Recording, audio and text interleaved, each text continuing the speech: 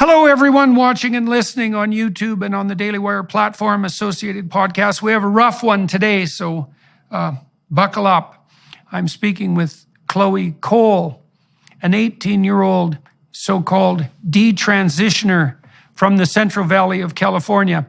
She started her transition at 12 years old, puberty blockers and testosterone at 13, and had a double mastectomy at 15 years old. She is now a strong advocate against gender ideology and seeks legally to hold those propelling it forward accountable. Hello, Chloe. Merry Christmas. Merry Christmas. Thanks for agreeing to talk to me today and to everybody who's watching and listening.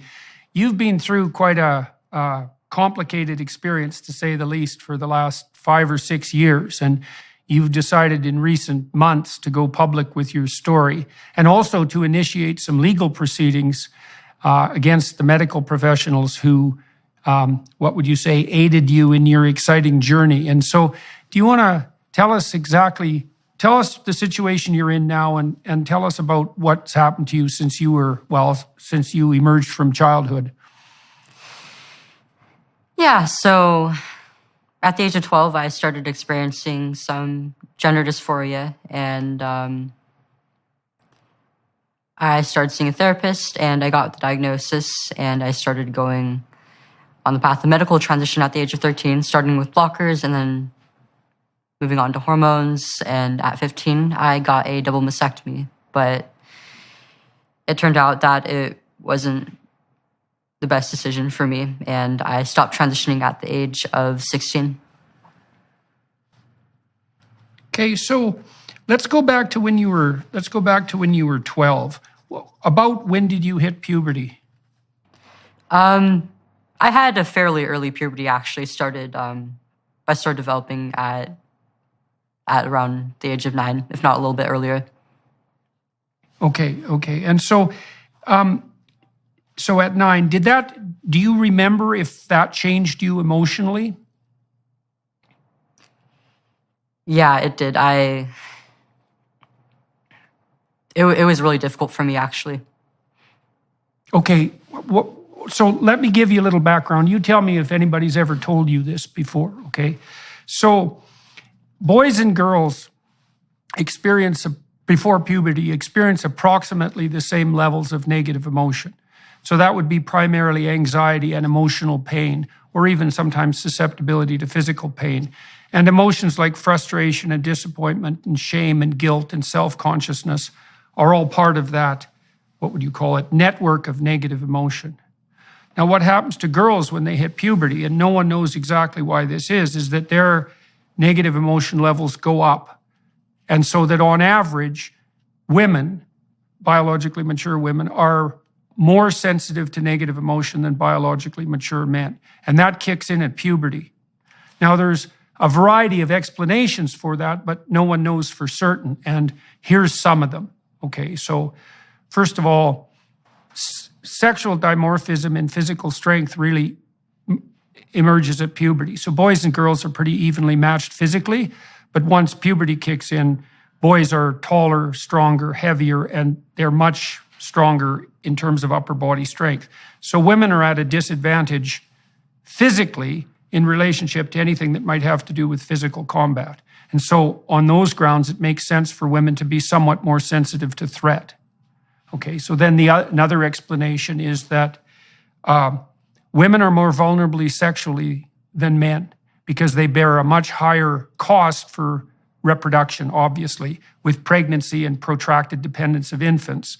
And so they're more vulnerable on the sexual front, so it makes sense for them to be more sensitive to any threat that's associated with sexual activity. And then the third explanation, and there may be more, is that women are charged, generally speaking, with the primary responsibility for infants. And infants are extremely dependent and vulnerable. And so you could make a case that adult women's nervous systems are actually adapted for the mother-child dyad and not for the, say, emotional well-being of the individual woman. And a woman needs to be threat sensitive because she's going to be taking care of infants. And and extremely dependent children, and it makes sense for her to be more cognizant of threats as a consequence, even though the negative consequence of that for women and all of this is that women are much more likely to suffer from depression and anxiety than men. Cross-culturally, it's between 3 to 1 and 5 to 1. Now, men have their associated pathologies. Men are more likely to be antisocial, for example, and to abuse alcohol. But women predominate on the negative emotion side. And then I would say that's exacerbated, if you hit puberty early, because you have to deal with these complexities of physiological transformation at a very young age. And so that's a difficult thing to handle emotionally. And then there's the additional consequence of whatever hormonal turbulence might emerge as a consequence of the onset of puberty. So it's very common for young women to experience high levels of negative emotion and for those emotions to be focused on their body. Because another thing that's characteristic of female negative emotion is that the self-consciousness associated with that tends to focus very particularly on body shame and self-consciousness. And that might be because women are evaluated more rigorously on the basis of their physical appearance than men. Men are evaluated more harshly, sexually, let's say, on the performance side, with regard to socioeconomic status and so forth. But women are definitely evaluated more harshly by men and by each other in terms of their physical attractiveness. So that makes quite a complicated situation for girls who are making the transition into puberty, and a lot of them are depressed and anxious, and develop an intense focus on their body. So I don't know how much of that was explained to you by your therapists or the medical professionals, but that's all well documented psychological and medical information. Yeah, none of that was really explained to me by therapists or even growing up. I mean, even so, every single part of what you said actually played a role in a lot of my childhood distress and my transition and eventually my detransition, actually.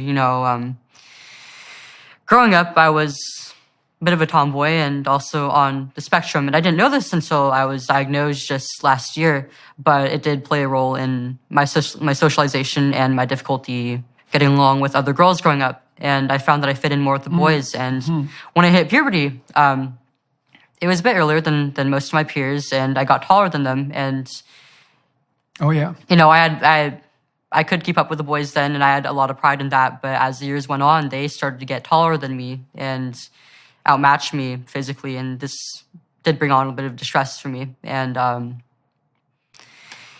as I got older, socialization began to become more sex-oriented, and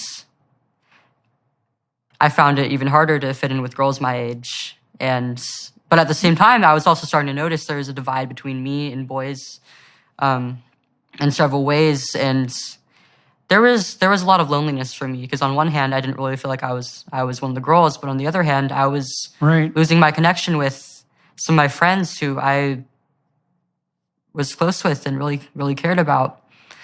And I also had some body image issues growing up as well. I often talk about how social media played a role in it, but really it started from a very young age, actually. I mean, I was born into a very image-oriented, very sex-oriented society. And, before I hit puberty, I was looking forward to having a developed body and eventually growing breasts. And, once I hit puberty,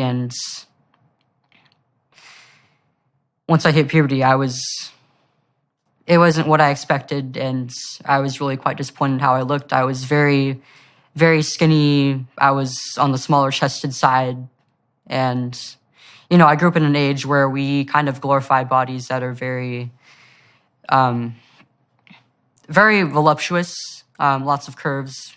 People often use the phrase like bottom heavy or hourglass, pear-shaped, things like that. And I didn't look like that at all. I was quite thin, a little on the muscular side, and if anything, my shoulders were probably the widest point in my body.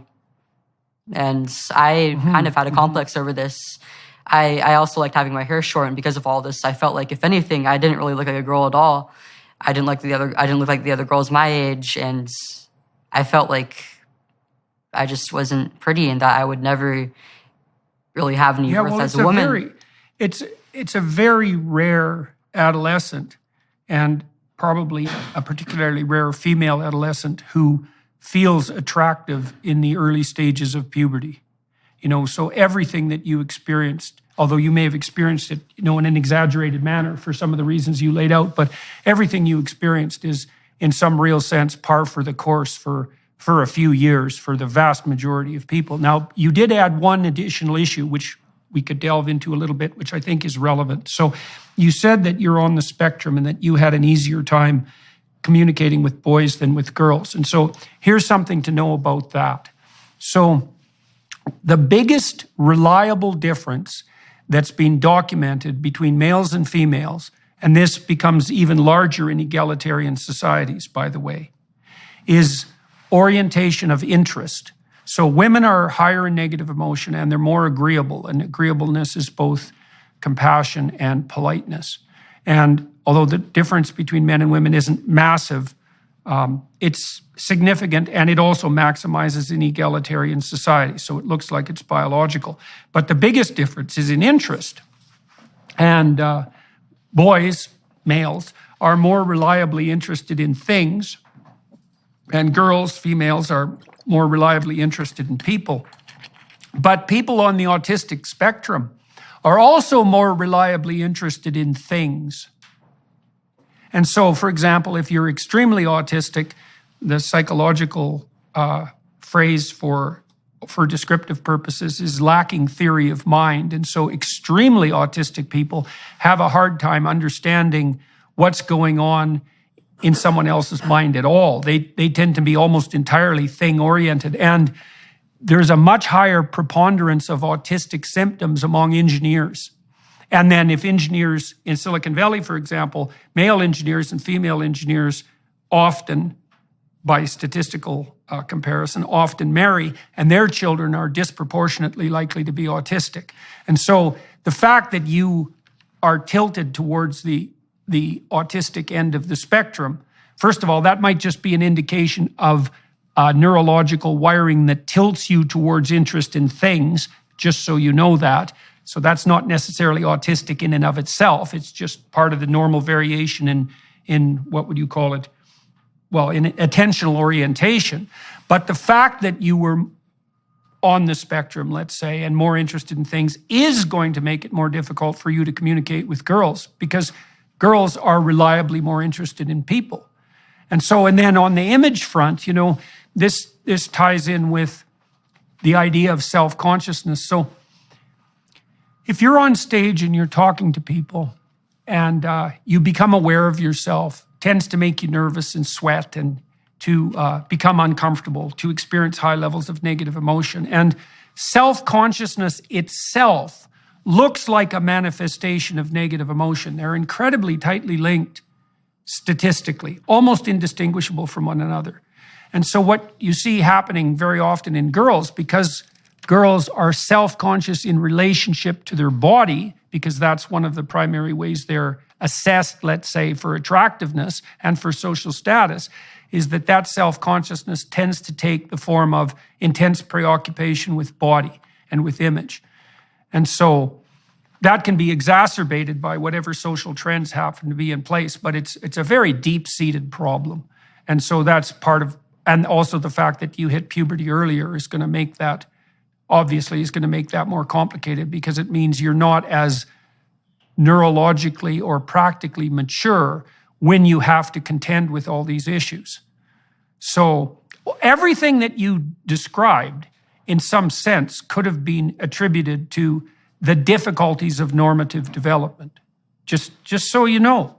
And this proclivity of teenagers to develop depression and anxiety, I want to take that apart for a minute too, for everybody who's listening. So imagine gender dysphoria. Okay, so 10 years ago, it was comparatively rare, but not unheard of. But imagine it has two components, okay?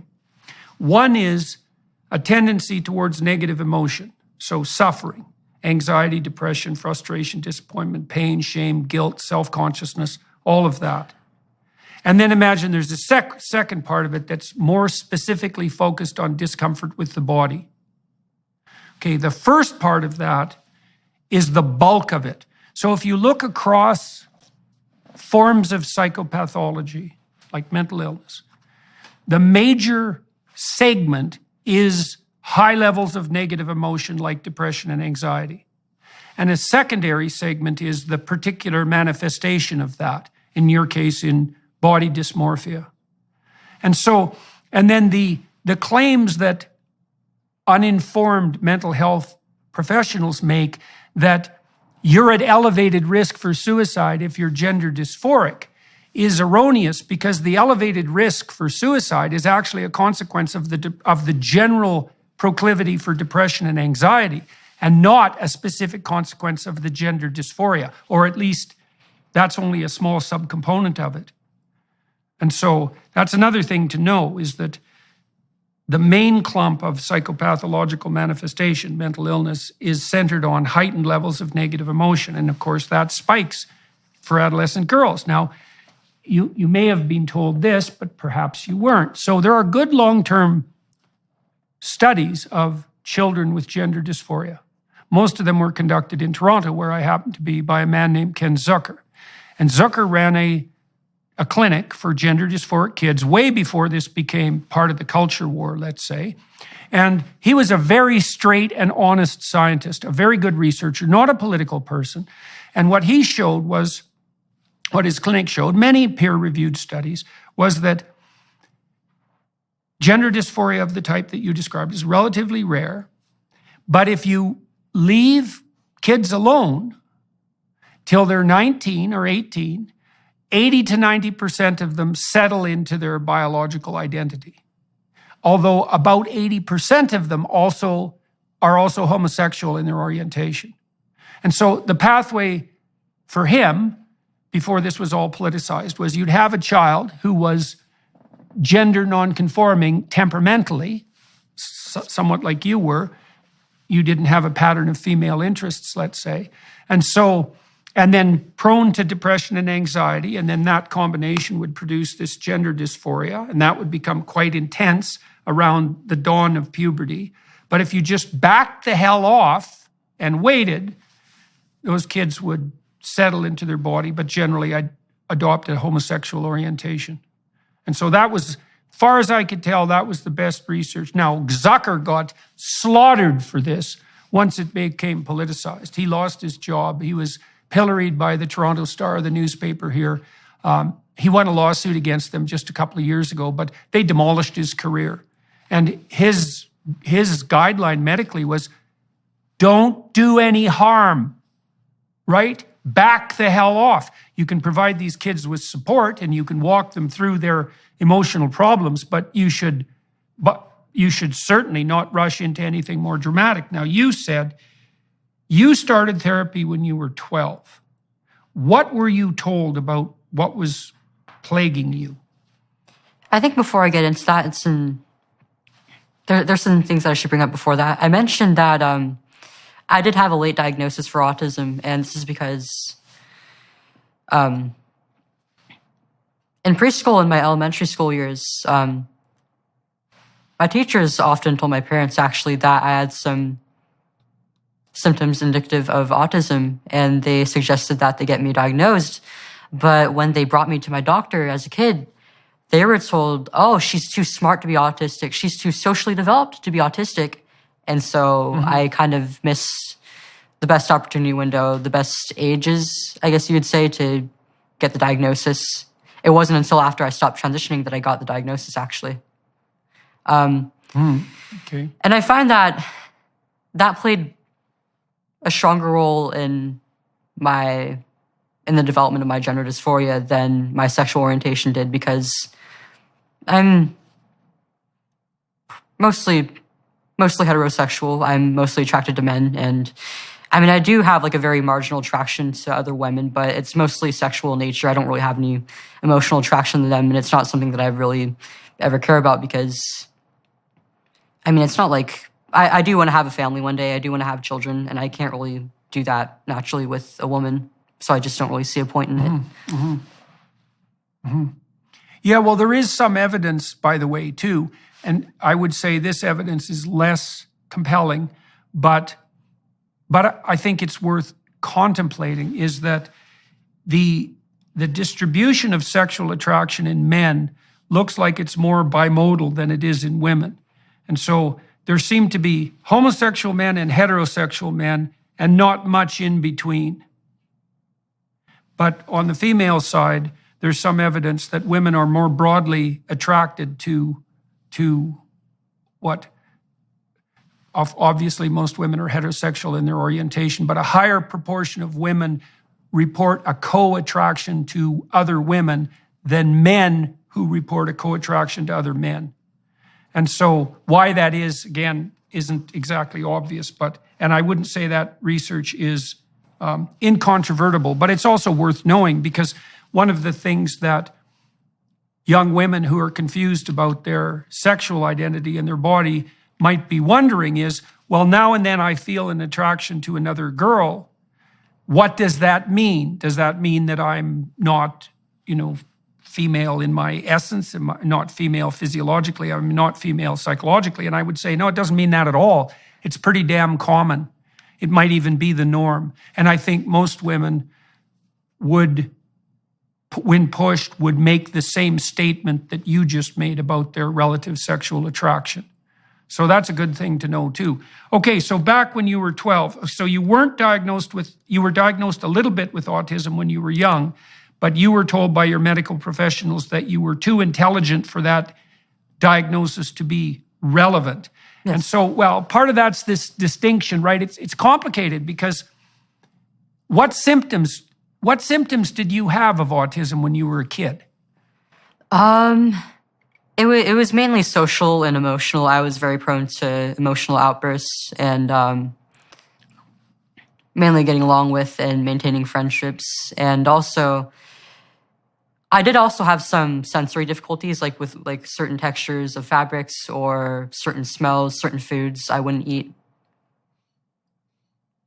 So it was mostly in the social realm. And what about your language development? Was it normal? Do you know? I was advanced, actually. I had taught myself to read and write, and I was further ahead of my peers in that area. Okay, because you'd be a complicated case to assess as a child, given your retrospective report, because another one of the stellar, what would you say, cardinal characteristics of autism is delayed language development. And so that might have been partly what the physicians were referring to when they said, that you were too smart to be autistic. But then it's also difficult to parse apart the fact that it is a distribution, and the mere fact that you had difficulties in social communication. And were you interested in things? Yeah. Like, were you interested in You were. What about mathematically? What do you mean by that? Are you interested in mathematics, or are you more literary in your orientation? Definitely more literary, and I'm also a bit of an artist. I've always liked drawing from a pretty young age, as far back as I can remember. And so what do you do on the hobby side? Like if you're just left to your own devices, what kind of activities would you engage in? Usually either illustration or video games. And so would you regard yourself as a creative person? Yeah. Okay, see, that's relevant too, because so creativity is associated with this personality trait, openness. And open people have pretty mutable identities. It's sort of the hallmark of being creative, right? Is a creative person isn't that stable in their identity. And I don't mean in the negative emotion sense. I mean, they can be one person or another. They're changing. That mutability is part of being creative. And so in your situation, if you had social difficulties, if you had high levels of negative emotion, if you were characterized by bodily self-consciousness and you were creative, then you're a pretty good candidate for the idea that your gender might not be properly aligned with your physiology.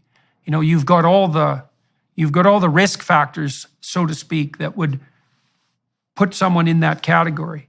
Okay, so when you were 12, you started therapy, and why was that, and what happened? So I was about 11 when I got my first phone, and I started using social media. The main platform I would use was Instagram, so very image-oriented, very image-oriented. Right, and right. yeah, Right. it further reinforced and worsened my body image issues. And I was just force-fed a lot of content that was just very difficult to take in. Okay, so tell me about that in some detail. So you're using Instagram. It's a very image-oriented platform.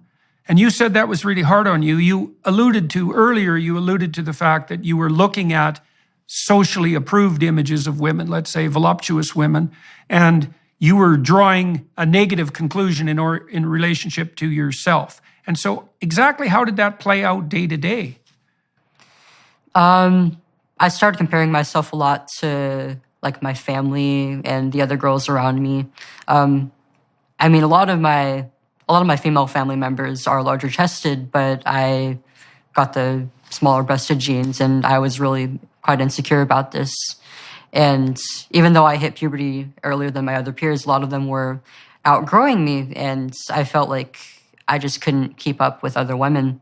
And also, in a lot of my conversations, or like the conversations I would overhear between other girls and women, they often spoke very negatively of being a woman in general, like about how difficult puberty is and periods and how scary it is to be pregnant and then give birth and then have all these expectations placed on you as a mother and then start aging, start having these bodily changes, and then eventually go through menopause. And it was all painted in a very negative light.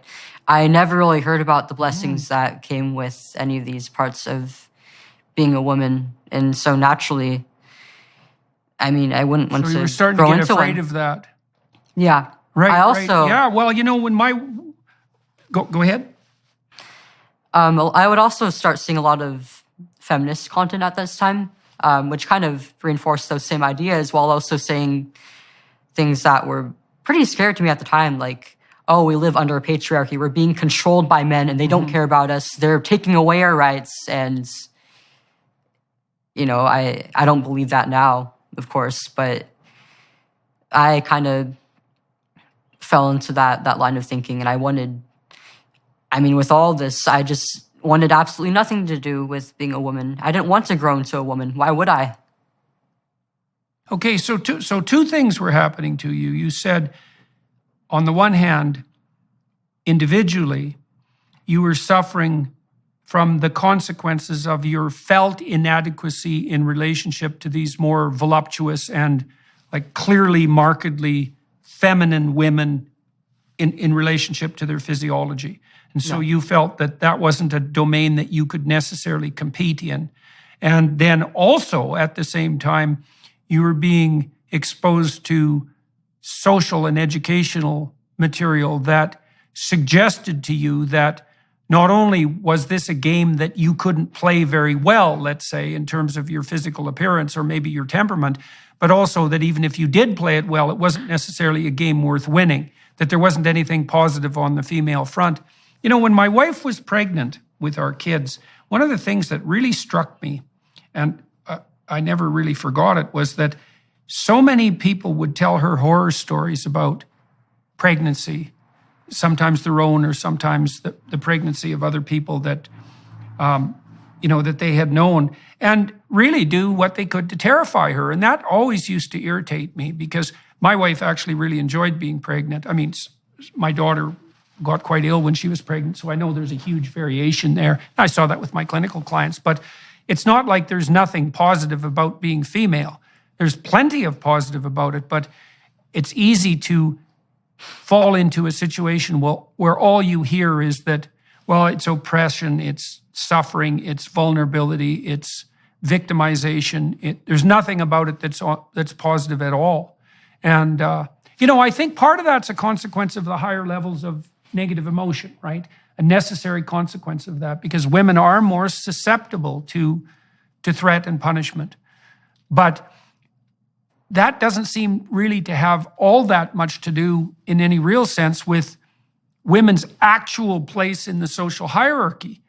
And the reason I say that is because, you see, as I mentioned earlier, there are societies that have become more egalitarian, and so where women clearly have far more opportunity on the socioeconomic front than they've ever had in the past. And those countries, the countries that have gone farthest down that route are probably the Scandinavian countries. And the consequence of that is that the difference between men and women in negative emotion is actually higher than it is in traditional societies. Women have higher levels of negative emotion in Scandinavia than they do in more traditional societies. And so it doesn't look like the higher levels of negative emotion that are characteristic of femininity are a consequence, let's say, of patriarchal oppression.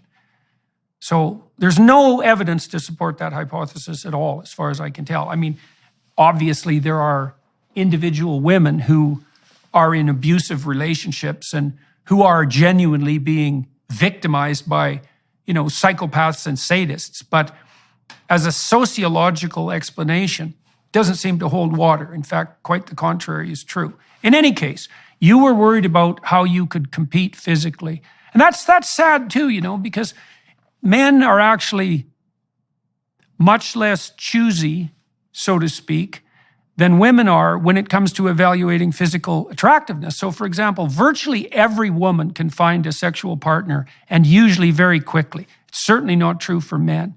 Men rate 50% of women as above average in attractiveness, whereas women rate 20% of men in above average in attractiveness. And so, this variation in body type that you suffered so much from might not have been an impediment at all to your ability to manifest yourself as an attractive person in a reasonable society. I can understand, because Instagram is a very heavy image-laden platform, and I can understand why you might have been under a misapprehension. But one of the things that a therapist might have done for you is to help you explore the full range of, say, body types that are classified as attractive, and to show you that, it's not, you don't have to be J-Lo to be attractive. And that's definitely the case. And then there's multiple dimensions to attractiveness too that aren't only body focused as well.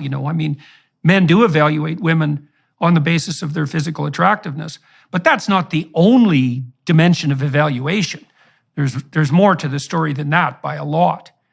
So you fell into Instagram, and you also started to become susceptible to this, what would you say, negative propagandization about the female role. So you couldn't see anything positive in that for you, eh? Yeah, and a lot of these feminists would kind of downplay, I guess you could say, like the traditional role of a woman and the importance of motherhood, or even just fulfilling a maternal role. I didn't really value that a lot growing up because I was the youngest of 5 kids, and I never really had to take care of anybody. I didn't really know what that felt like. And so I never really thought that I wanted to have kids until a few years later. After I stopped transitioning, actually, I realized that I did have a maternal instinct, and I really did want to be a mother and have blood children. And that was an instinct that wasn't really fostered or wasn't really allowed to grow at all, because I was playing the role of a boy and also taking testosterone on top of that. But at roughly the same time that I started using social media, I started seeing feminist content and just the hell that is Instagram. I would also see a lot of like LGBT focused content. And a lot of it was like teenagers and young adults who identified as transgender or non-binary, and it was primarily young women. And I would often see a lot of them had the same struggles with as I did socially, and many of them weren't exactly the closest with their families. And I would see them go from struggling to changing their expression, and then eventually becoming more accepted by their families. And it seemed like people really supported them and had their backs, and that they had this sense of community around them. And that was something that really touched me, because I didn't really realize it at the time, but that was something that I wish that I had. Okay, so you wish that you had what? Do you mean a peer community? Like when you were feeling lonesome and isolated, what is it that you were lacking, and what is it that you were wishing for? I think mainly I really wished that I had friends around me who I knew I could depend on, and would. Okay, did you have any friends at that period? Did you have any friends at that period of time? I did, but I wouldn't say that I was particularly close to them, or that I had very many at school. I mean, I didn't really fit in in middle school. I didn't have a whole lot of friends, and I found that there was kind of a favoritism amongst students by staff, and I was like a new kid, and I wasn't like really involved in any sports or clubs or activities or anything like that, and I was kind of a difficult student, and I found that I was being bullied by both students and staff. Right. Okay, and I also wasn't. I wasn't like being abused by my family or anything, but I just wasn't very close to anybody really. I mean, my siblings are all older than me. There's about like a 7-year age gap between me and the rest of them. And I mean, from a young age, they got older. They started like hitting puberty and becoming teenagers, and they didn't always want to be around me. They wanted to do their own thing. So. Okay, so you're having difficulties on the body image front, and that's exacerbated by your temperament and by early puberty, let's say. You're not as popular with your peers as you might be. You're somewhat isolated in relationship to your siblings because they're older than you. You're having a bit of a difficult time socially in middle school. And now you're seeing on Instagram the emergence of this explanation for your problems that's generated by people who sound like they have the same issues that you do. And what you see is that when they adopt this new non or gender fluid identity, that, well, what do you see? What happens when they have a community all of a sudden, people are supportive of them? Like, why did that become attractive to you? I think I saw the similarities between me and them in a lot of ways. And I mean, when I was younger, I was often compared to a boy, and I liked hearing things like, "Oh, you're being such a boy," or "Wow, you're such a boy," from like my older sister and mom and stuff. It just made me, I didn't really know why at the time, but it just made me proud to hear things like that. I guess it just felt like kind of an achievement, because I didn't particularly like other girls, and I didn't really like the fact that I was a girl either.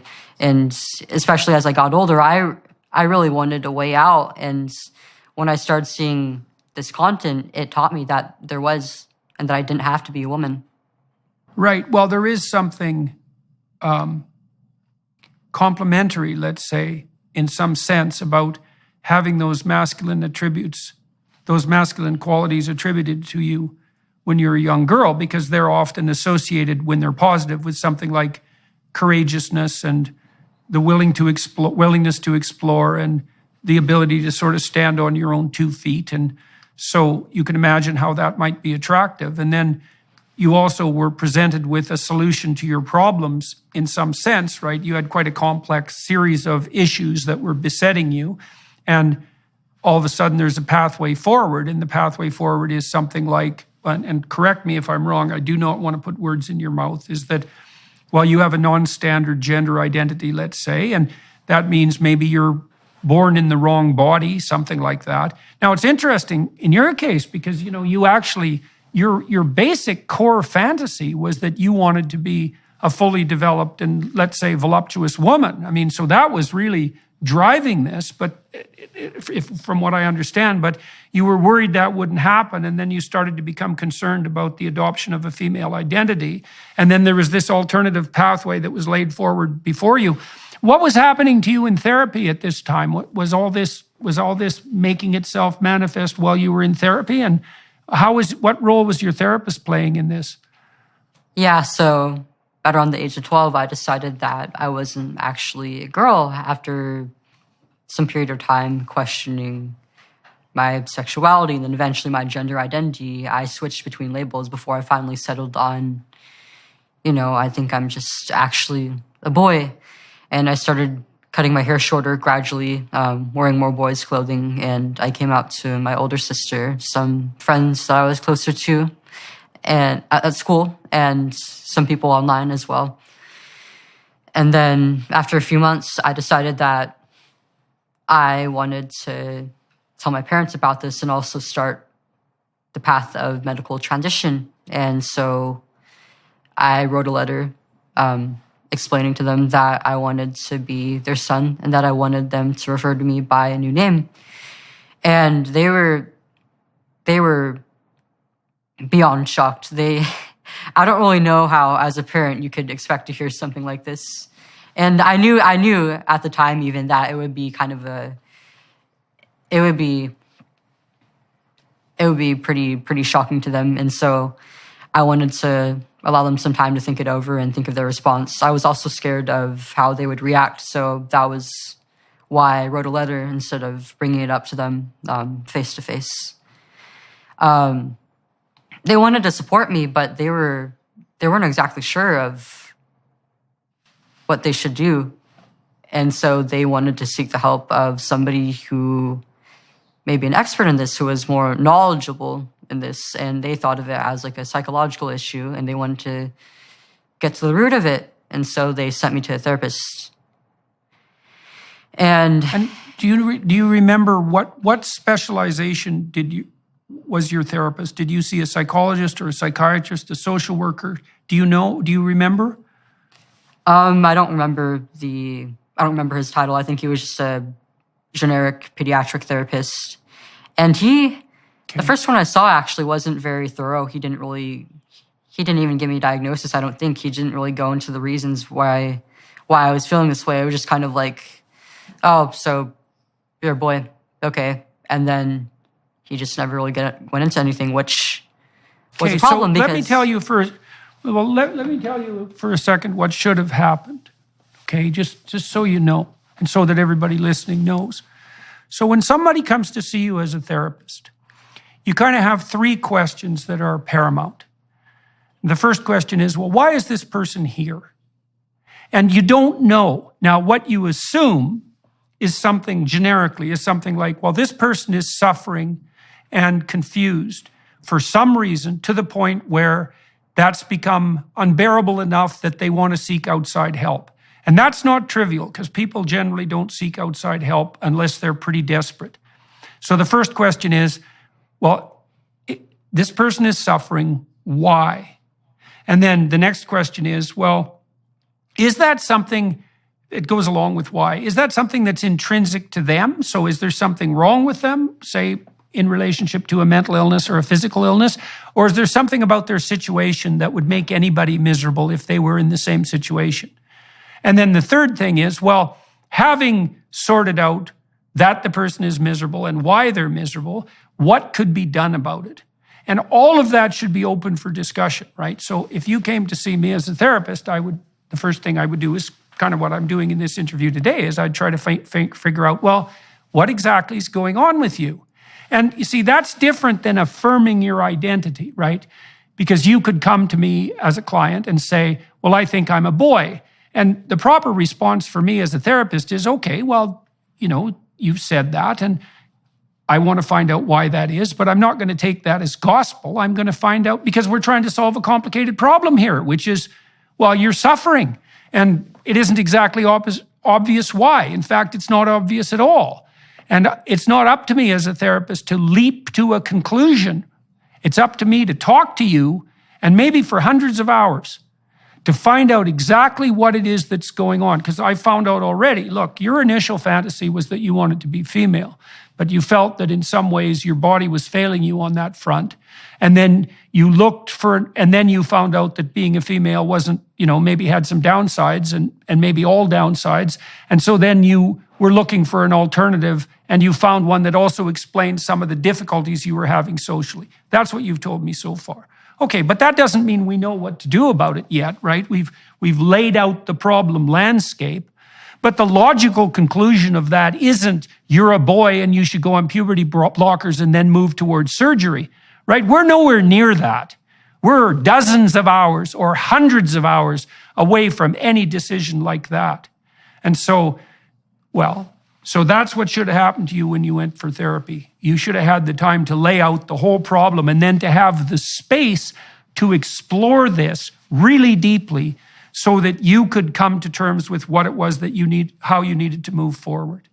Okay, so you said that, as far as I can tell so far, you said your therapist accepted the idea that you should be a boy pretty damn rapidly. I should also point out to everyone who's listening, that's actually now mandatory by law. So in many jurisdictions. So now, because of standards of gender affirming care, therapists are required, if you say something like you're a girl, you say something like, well, I'm a boy, the therapist is now required to agree with you on pain of license loss. So beware, everyone listening and watching, because that's now the law in many places. And so to me, that's the end of psychotherapy, because all psychotherapy is a questioning approach fundamentally, to find out what the problem is and then to try to work towards, well, first of all, non-harmful solutions. So I would have, with you, for example, I would have explored some of the realm of alternative forms of beauty. That would have been a nice thing to walk you through to some degree, so you could see more of what the range was of acceptable and admirable physiological types. Because that, I don't know for sure that we would have done that, but we might have, because that would have been good for you to get a broader picture of attractiveness, right? And then also to tell you about the fact that a lot of the misery that you were experiencing was, well, par for the course for females at puberty, but also exacerbated by your temperamental proclivities. And so that might have helped you calm down a bit, right? Because you get a bit of an explanation for your misery that way, and also some hope that you'd kind of grow out of it with time. So, okay, so you went to the therapist and he more or less agreed with your prognosis and diagnosis that you were a boy. Okay, so was the therapeutic process of any utility to you?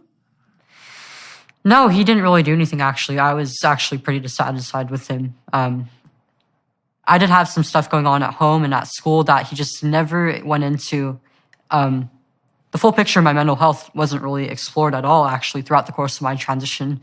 And a lot of what I mentioned, I didn't even know was a problem until recently, until well after I stopped transitioning, and I was old enough to really be able to introspect well enough to figure out where it all stemmed from.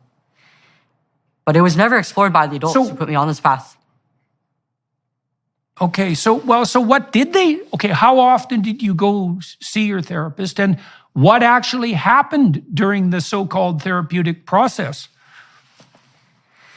I would say maybe about like once a week to once every 2 weeks. And, I would talk about, it's hard to remember so far back, but I remember nothing really ever came out of the appointments. Like I would tell him like, oh, like my phone got taken away and I don't really have like any contact with the outside world, for example. And he would just be like, oh, okay, how are you dealing with that? And I'd be like, not very well. And he would just say, okay, and not really do anything about it, not really offer me anything at all.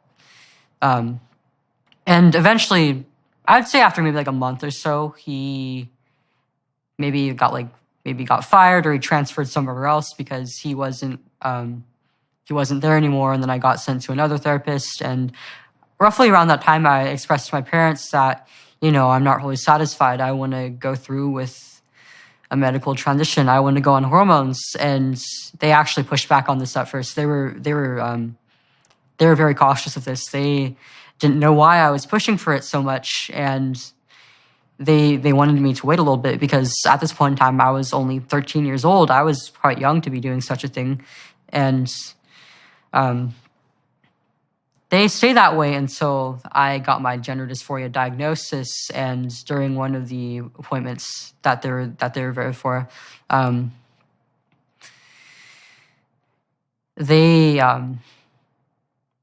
can't remember who exactly it was. It was either a therapist or a nurse, I think. Somebody who was involved in my transition.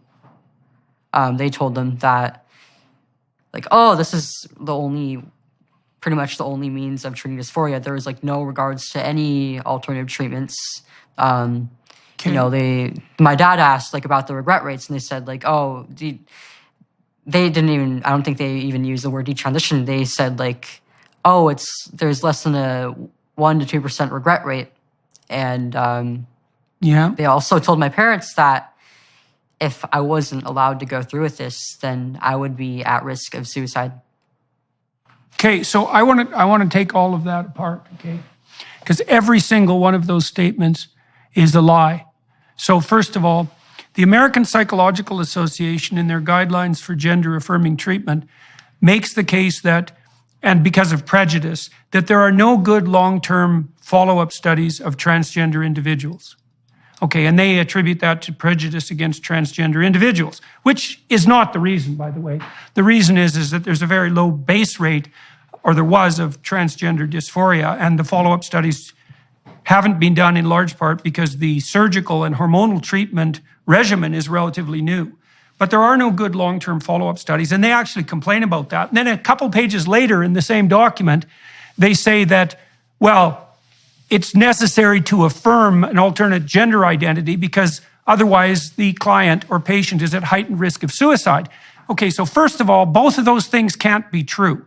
There's no way that people can know that suicide risk is elevated if gender transition is delayed unless the long-term studies are in place. And they already stated that the bloody long-term studies aren't in place. So that's all just a lie, but it's worse than that. It's way worse than that. You see, gender dysphoria is a variant of the suffering that's associated with negative emotion, depression and anxiety. Now, depression and anxiety are the primary drivers of suicidal ideation, not gender dysphoria per se.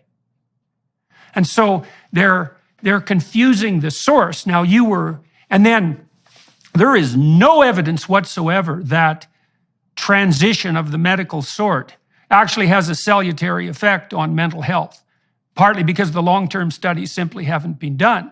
And the idea that we actually know from a research perspective that a child is much safer if they start transition than they are if they don't.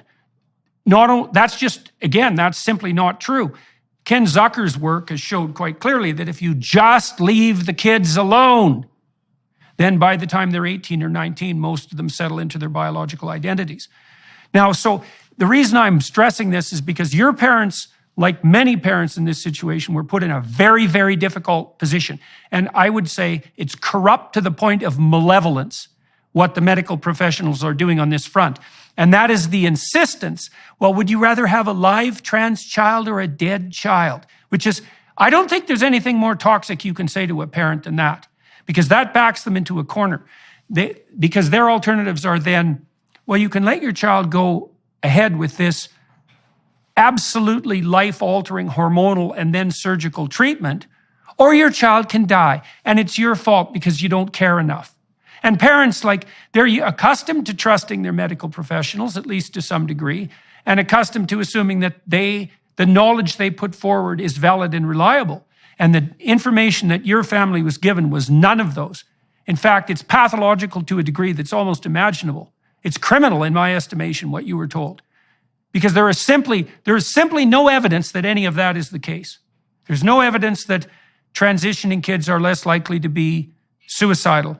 There's no evidence that that's the only treatment path that works. And there's certainly no evidence that there's no alternative to transition or suicide.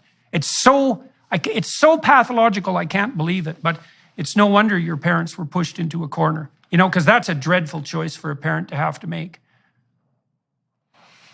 Yeah, they were definitely coerced into it. And after that, they obviously were more open to the idea of me being medicalized, and my gender specialist decided to refer me to an endocrinologist. The first one who I saw actually was the only person who really pushed back on this. After the appointment, he said, you're very young, you're 13, and this could have some negative implications for your brain development going forward.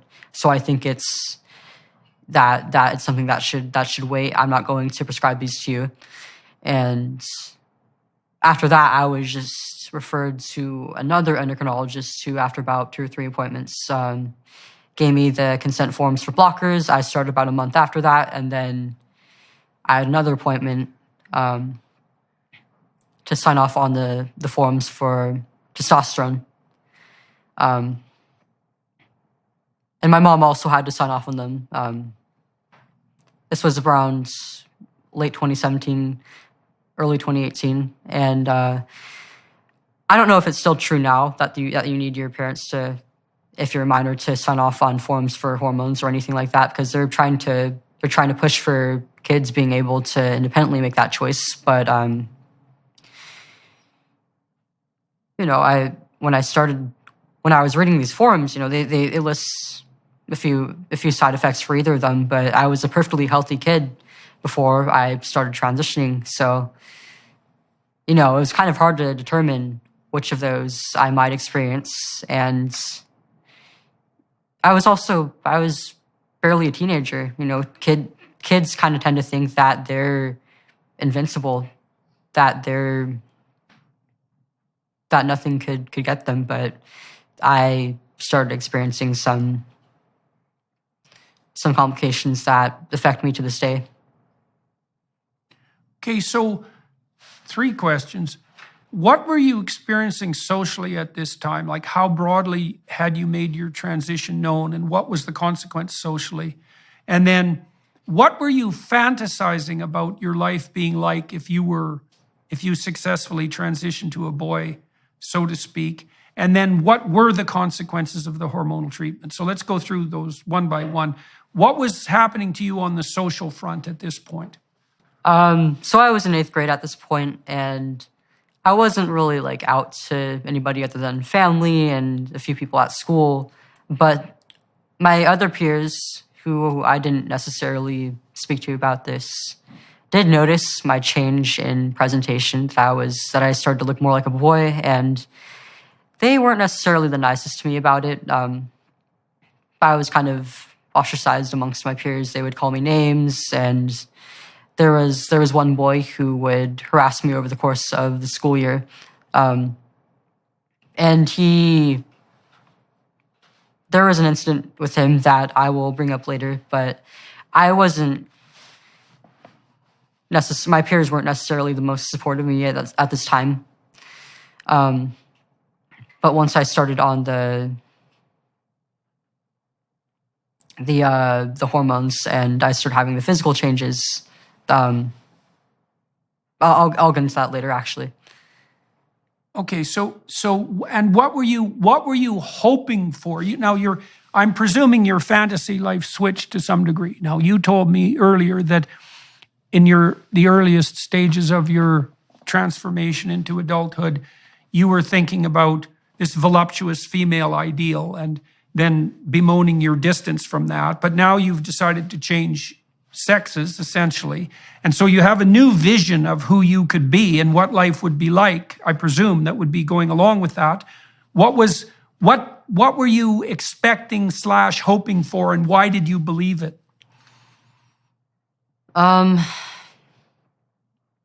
I wanted to be, by this idea of myself in my head, that I wanted to be more like a man. I wanted to be strong, both physically and mentally and independent and not really have to worry about how other people felt about me. And I also wanted to be, I guess, just more confident in general in myself as a person and also my body. And once I started on testosterone, I started seeing all the physical changes, my hair, my eyebrows got thicker. I started developing more muscle. My face and my body became more squarish, and I felt good about myself. I felt like I looked good for pretty much the first time in my life, and I felt like I had some control over how I looked. And initially, it felt great. Yeah, well, testosterone can have that effect directly pharmacologically as well. Well, okay, so we can take that apart a little bit. Look, there is nothing wrong with you wanting to have those things, right? I mean, why wouldn't you want to be more confident? Why wouldn't you want to be more comfortable in your body? And, those are perfectly reasonable goals. The problem comes in making the assumption that the only pathway to those goals is physiological transformation, right? Because there's an idea there that, well, if you're female, those goals are obviously impossible. It's like, well, no, they're not. There's lots of women who are confident and who can stand up for themselves and who are courageous and forthright. And that's perfectly within the realm of the full range of feminine behavior. And so a therapist who had any sense would have helped you at that point understand that there were practical steps that you could have taken to bolster yourself on all those temperamental dimensions that wouldn't have required anything radical, right? They would have required, well, first of all, a vision, and then a strategy, and then some diligent practice. And you could have made a fair bit of progress on that, I would think, within 6 months to a year, with a bit of alteration in your social behavior. So the idea that the only pathway to this was through, radical hormonal and physiological transformation, it's preposterous. And then, of course, there's the additional complication, which would be, well, you were enticed, let's say, into the idea that you would be better off being a man, but that's really not a pathway that's open to you in some fundamental sense either, because there are physiological impediments to that they can't be overcome. I mean, I've done a reasonable amount of research into like penile construction, for example, and to call that a primitive science is to give it far more credit than it's due. And so that's a huge technical problem. And then there's a problem, of course, that lurks underneath that, which is even if you do manage that, which is highly unlikely and extremely invasive and unbelievably dangerous and very experimental, and there's no long-term studies whatsoever done on the consequences, you're still not going to be fully physiologically functional as a man. You're not going to be able to procreate as a man.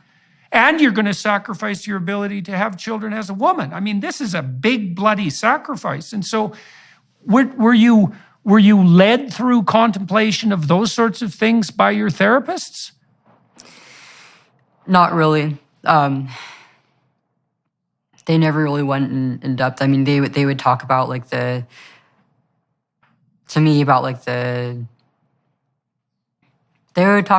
side effects, and also basically give propaganda to my parents that this was going to make me better. This is going to improve my distress and make me happier. And I felt the same way. I thought, the things I heard from both the physicians and from the research I did online basically gave me this idea that I was going to become my real self, that I would become a whole person in doing this. And it didn't. It fractured my sense of self even further. Okay. And this is something Why did it fracture? Why did it fracture your sense of self further? What do you mean by that?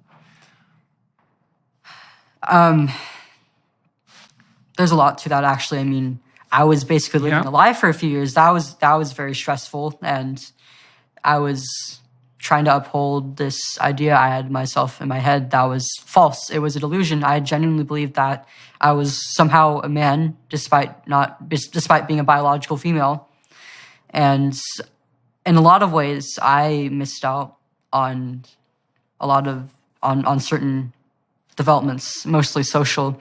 I'm still, I didn't really go through the crucial social female socialization Right. that goes on throughout late middle school or in high school.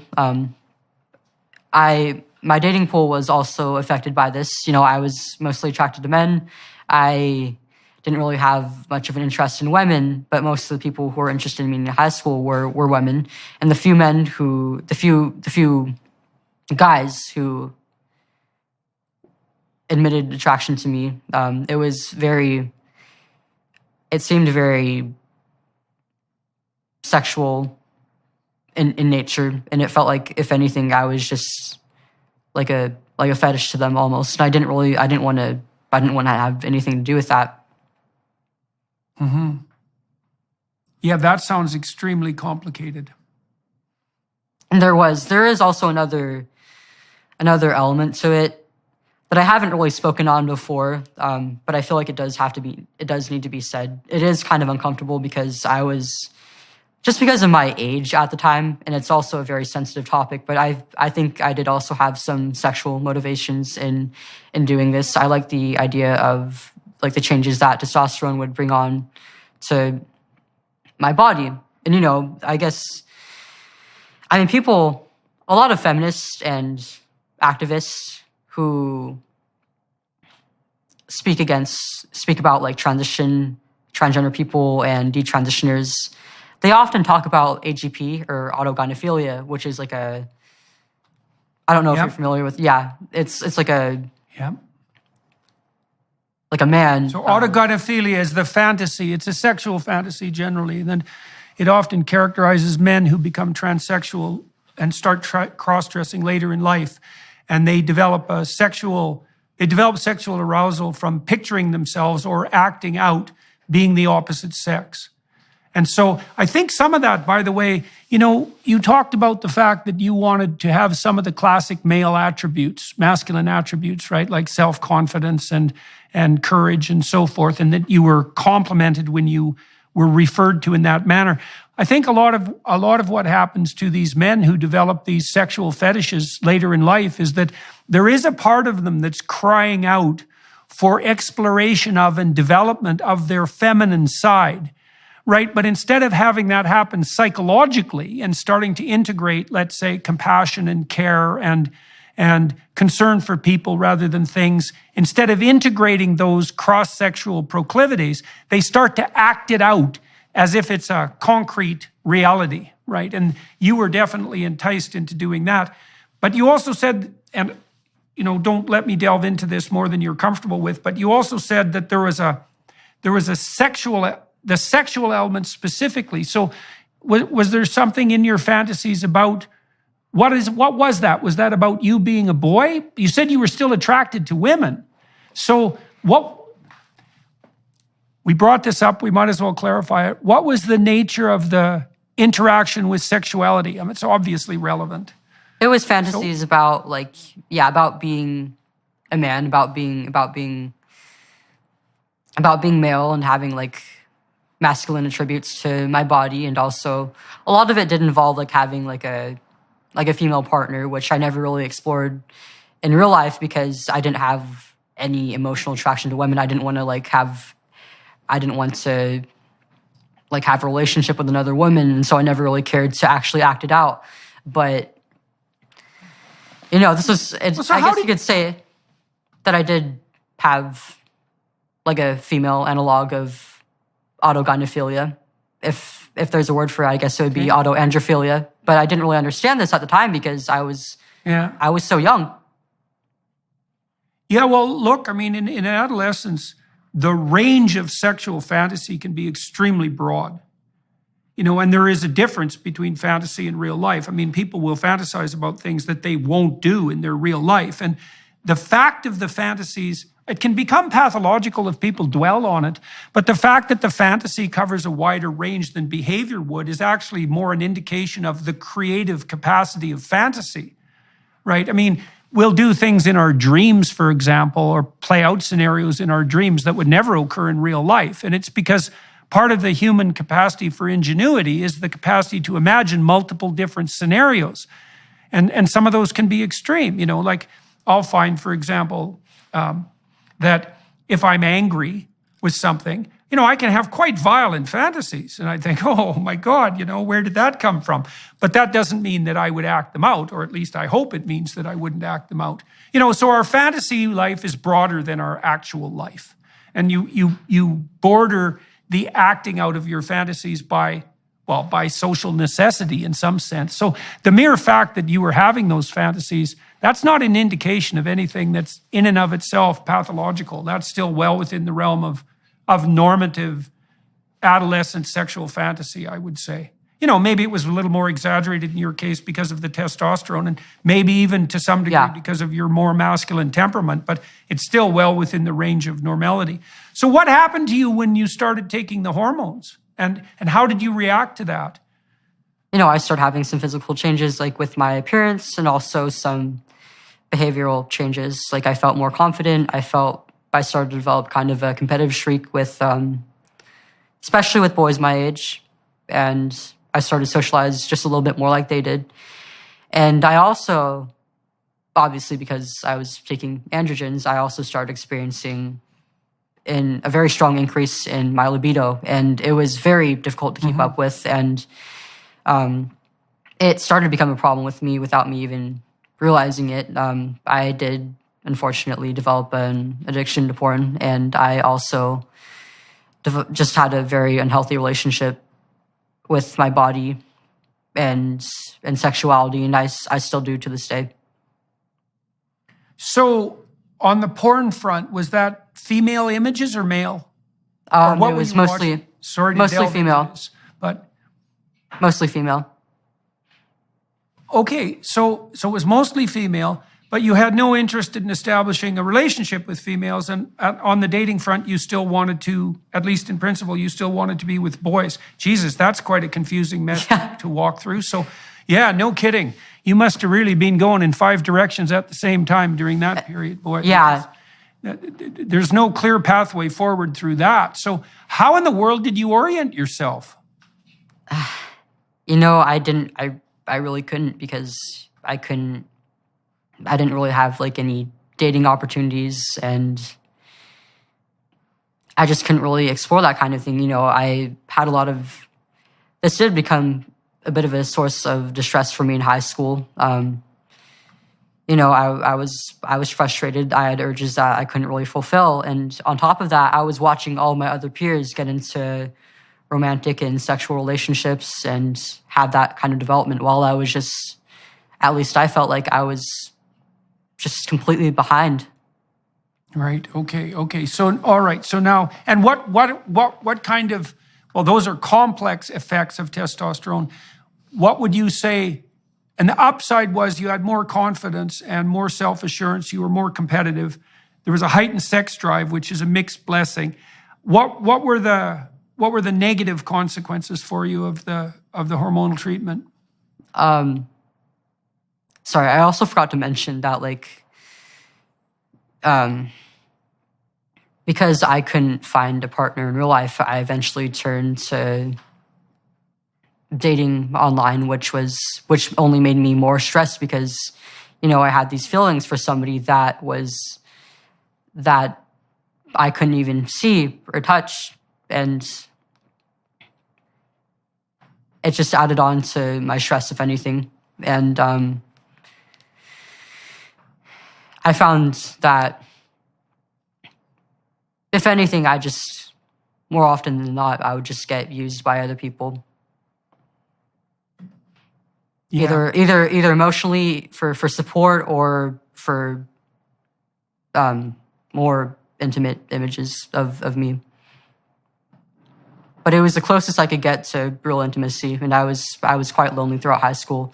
I did end up developing depression, and this was a big thing driving that, definitely.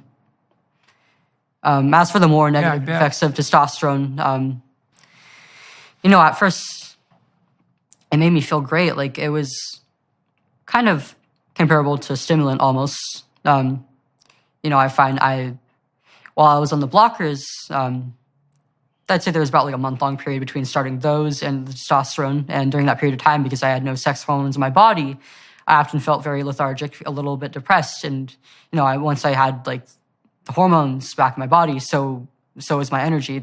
My energy came back, and so there was you could say that there was like a little bit of a honeymoon period that lasted for maybe no more than about a year and a half.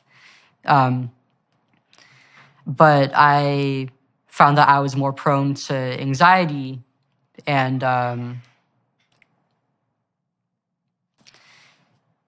I also I'd say about like a year or so on testosterone, I started experiencing some difficulties with my urinary tract. I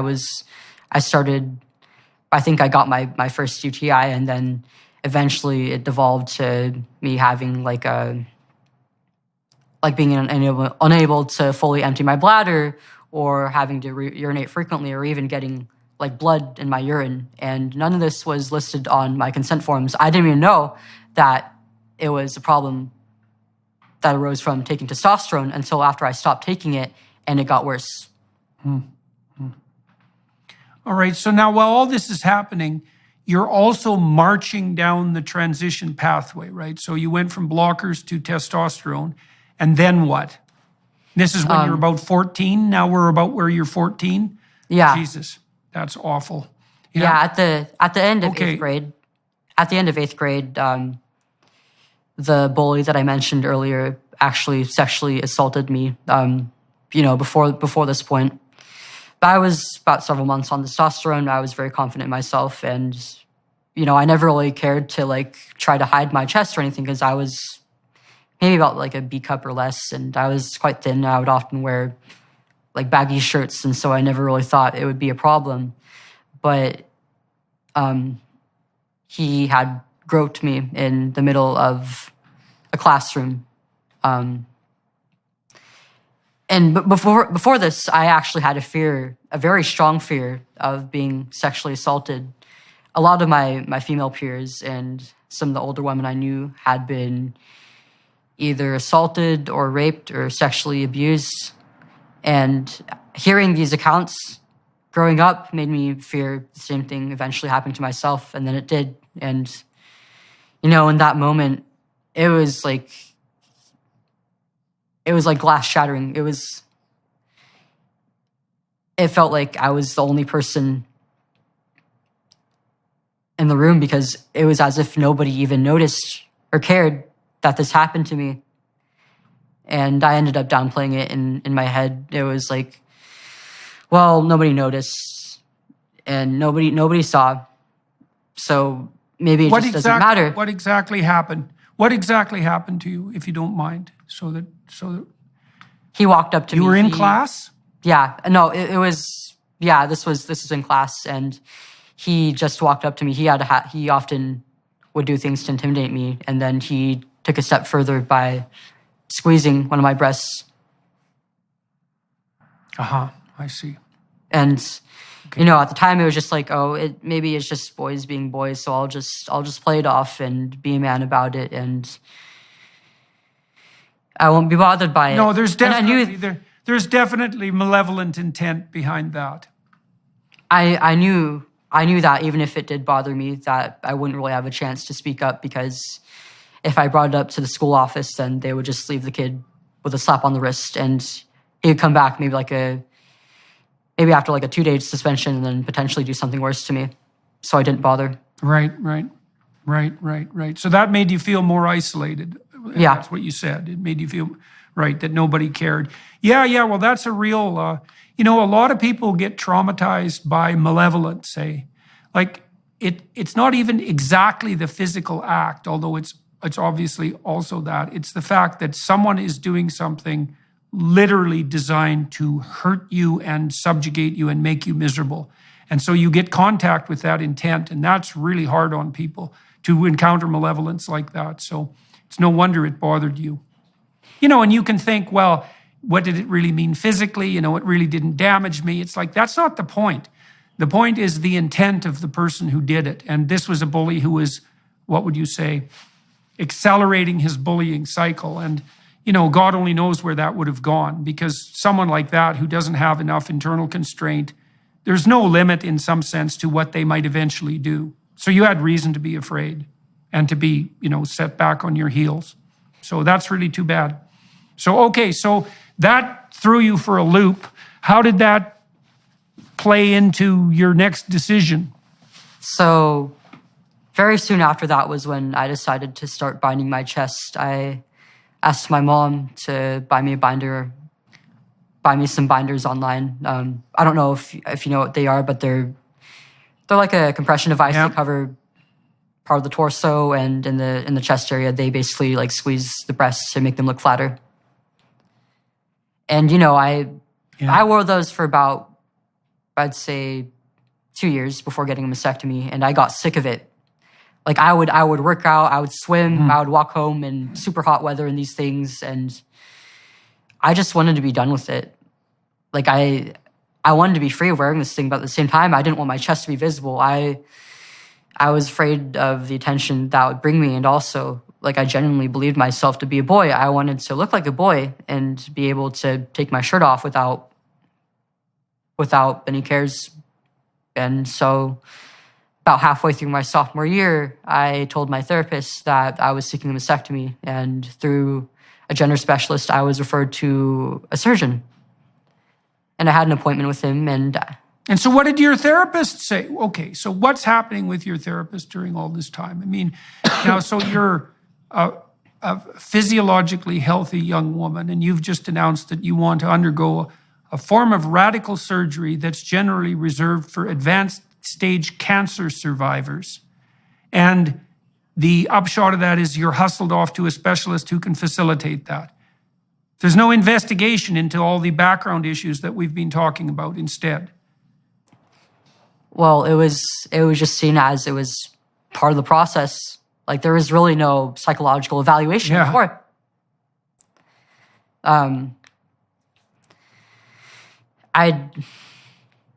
That's utterly appalling. Yeah. I've been embarrassed for years to be a member of the Intellectual Academy under the current conditions that universities, what would you say, have put themselves into. And I'm equally embarrassed to be part of the therapeutic community to hear a story like yours. It's absolutely appalling what happened to you. There's no excuse whatsoever for it. It's such a dereliction of responsibility that it's almost unimaginable. So it's really too bad that you weren't listened to in a lot more detail and with a lot more care, because what you went through, it's not that abnormal. Everything you told me about your unhappiness as a teenager, the fact that you were isolated in middle school, the fact that you had some doubts about your developing identity. It's like, yeah, that's pretty much par for the course for adolescents. Some kids get through it with a little less scarring than others, but most adolescents have a pretty damn miserable time for about 3 years. And so the fact that led you down a path to hormonal transformation and then surgery, and that adults aided and abetted this, I have some sympathy for your parents, because when parents are told, you better support your child or it'll be suicide, it's like, well, that backs them into a corner. But the medical professionals and the counselors who dealt with you, that their negligence, it doesn't just border on the criminal, it crosses the boundary as far as I'm concerned. Okay, so now you're set, you go off to see a specialist. Who's the specialist and how do they treat you? It's important to note that, it absolutely was negligence, because not only was I given surgery for a problem that was psychological in nature, in the months before that, that was when I had been diagnosed with depression and social anxiety, and when my suicidal ideation started happening. At the beginning, they told my parents, like, your child will be at risk of suicide if you don't affirm her identity. But it wasn't until after I started the treatments that I started feeling like committing suicide. Yeah. Did you have a plan? No, I never really had a plan, but the feeling was prevalent enough to that it affected my day-to-day life.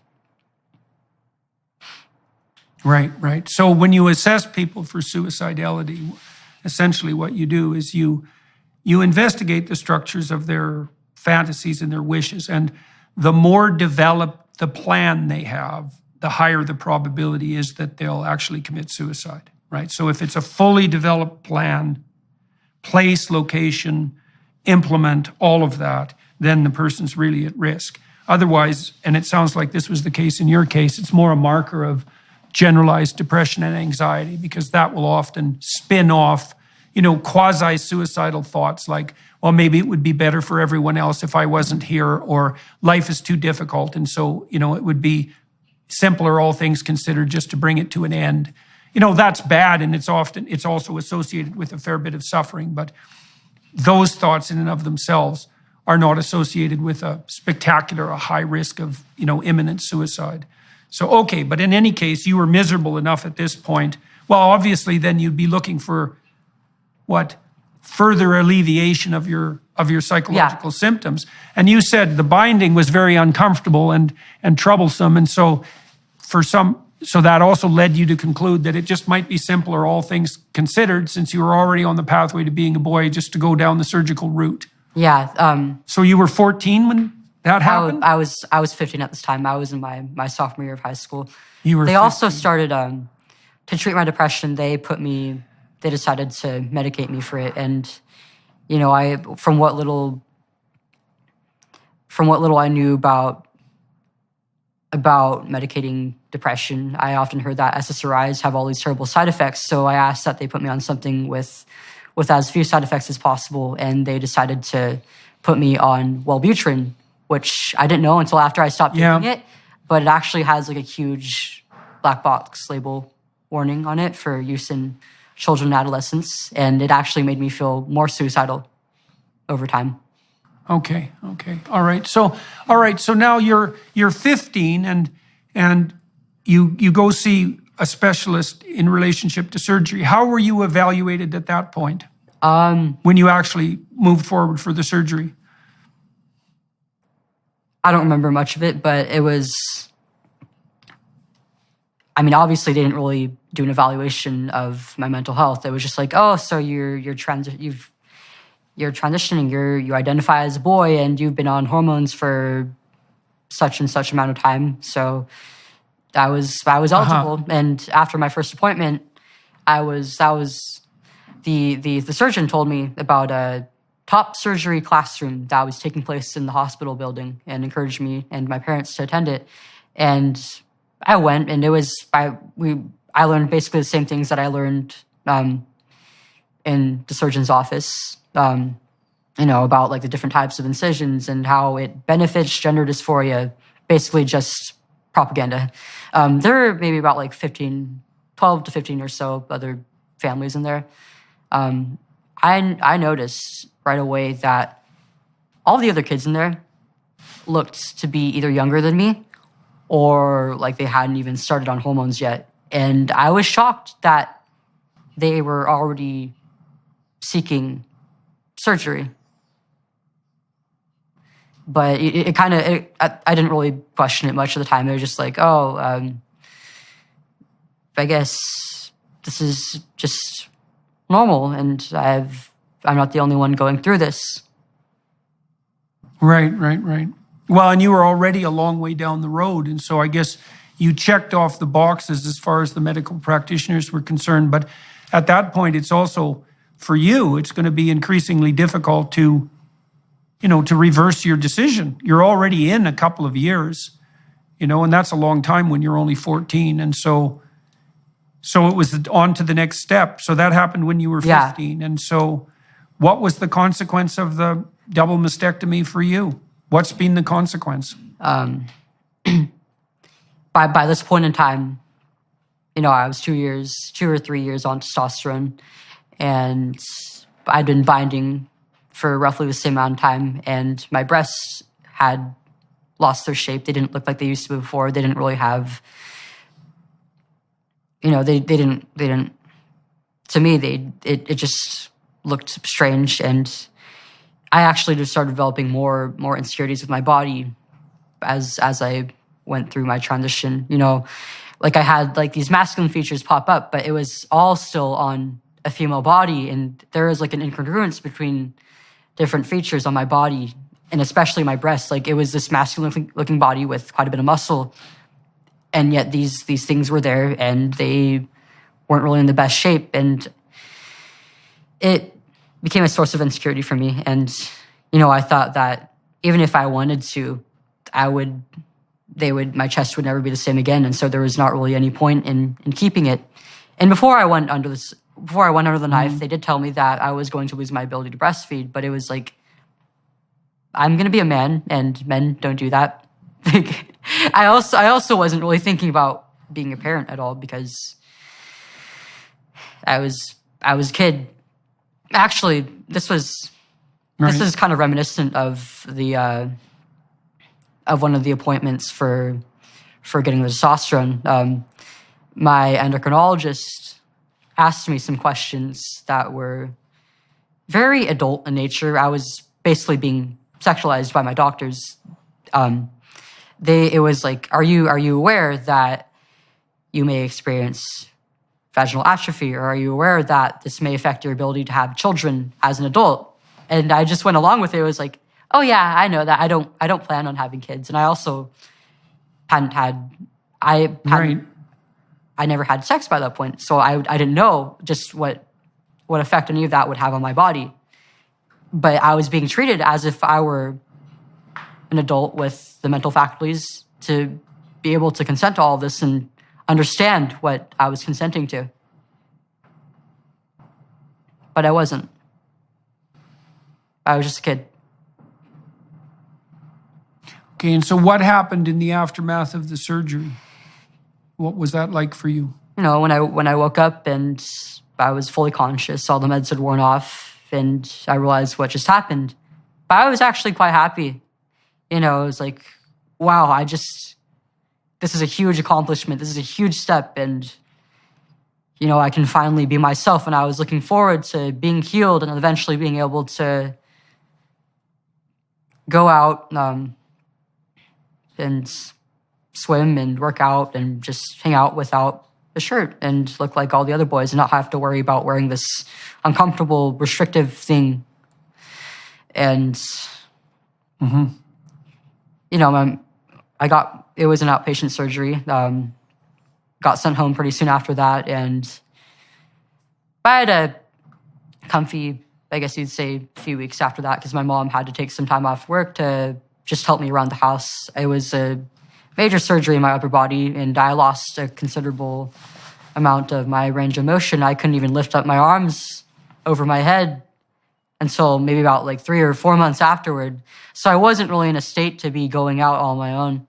But after about a week or so was when reality started to hit. I had to get my stitches taken out a few days afterward, and the sensation was just insane. Like, they had to cut and rearrange some nerve endings, so it was numb, but I could also feel everything that they were doing when they were taking out the stitches.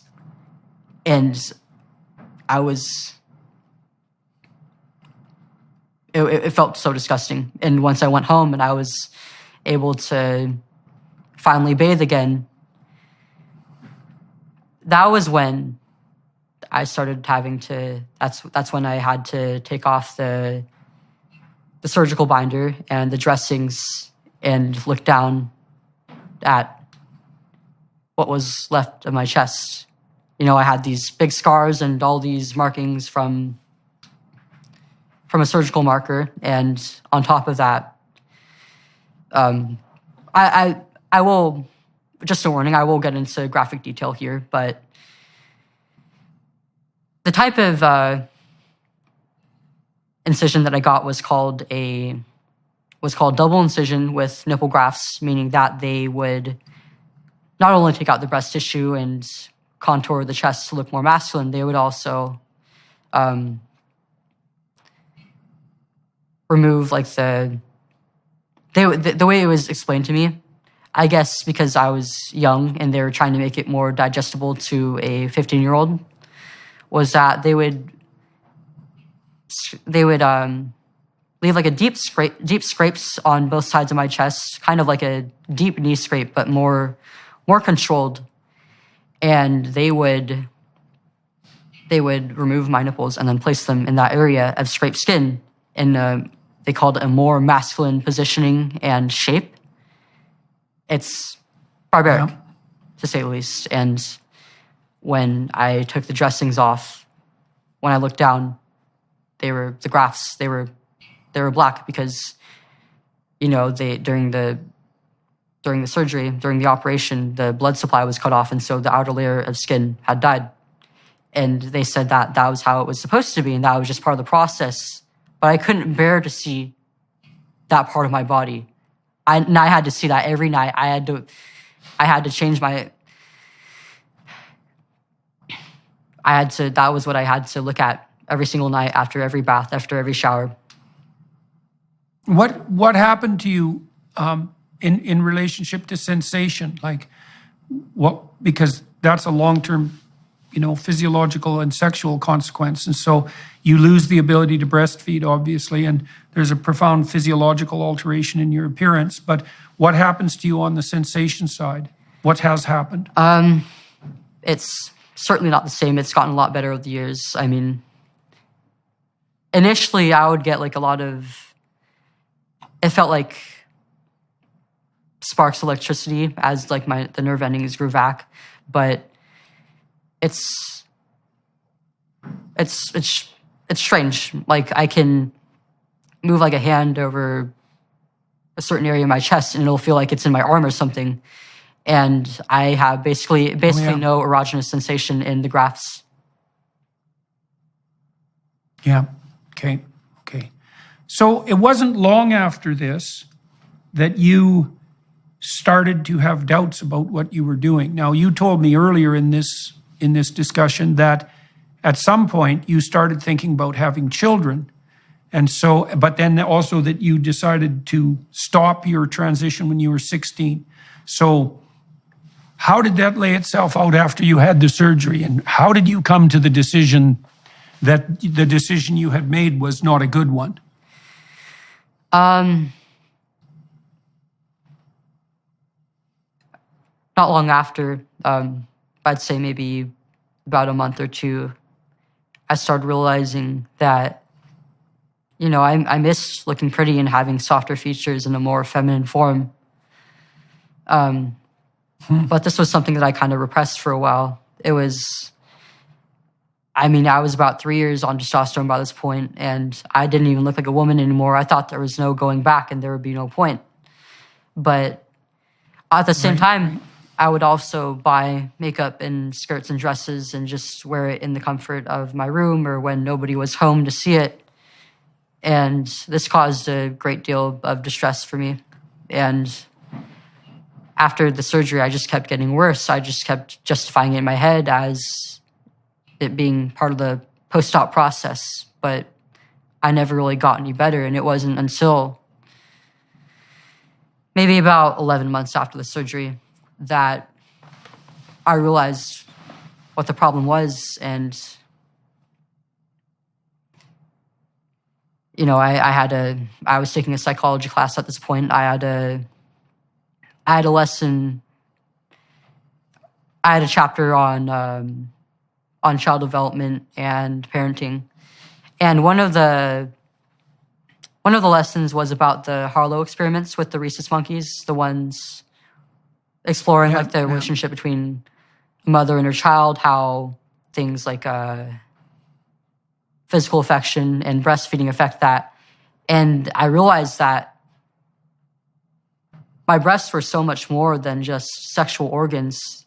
I mean, they were a means of not only feeding my kid, but also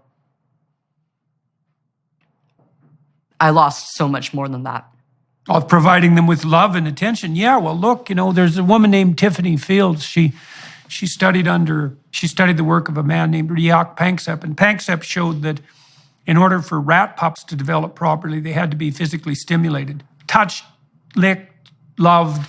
The experimenters can duplicate that by massaging them with the end of a pencil eraser. Anyways, Tiffany Fields showed that if you took premature kids that were in an incubator and you massaged them 3 times a day for 10 minutes, that they developed as fast physically as children in utero. There's a huge body of research showing that skin-to-skin contact is crucial. That's physical love. That skin-to-skin contact is a crucial part of establishing the domain of love that's necessary for children to flourish. Food, shelter, the provision of adequate water, etc. Those basics are necessary, but that physical contact and love is equally necessary.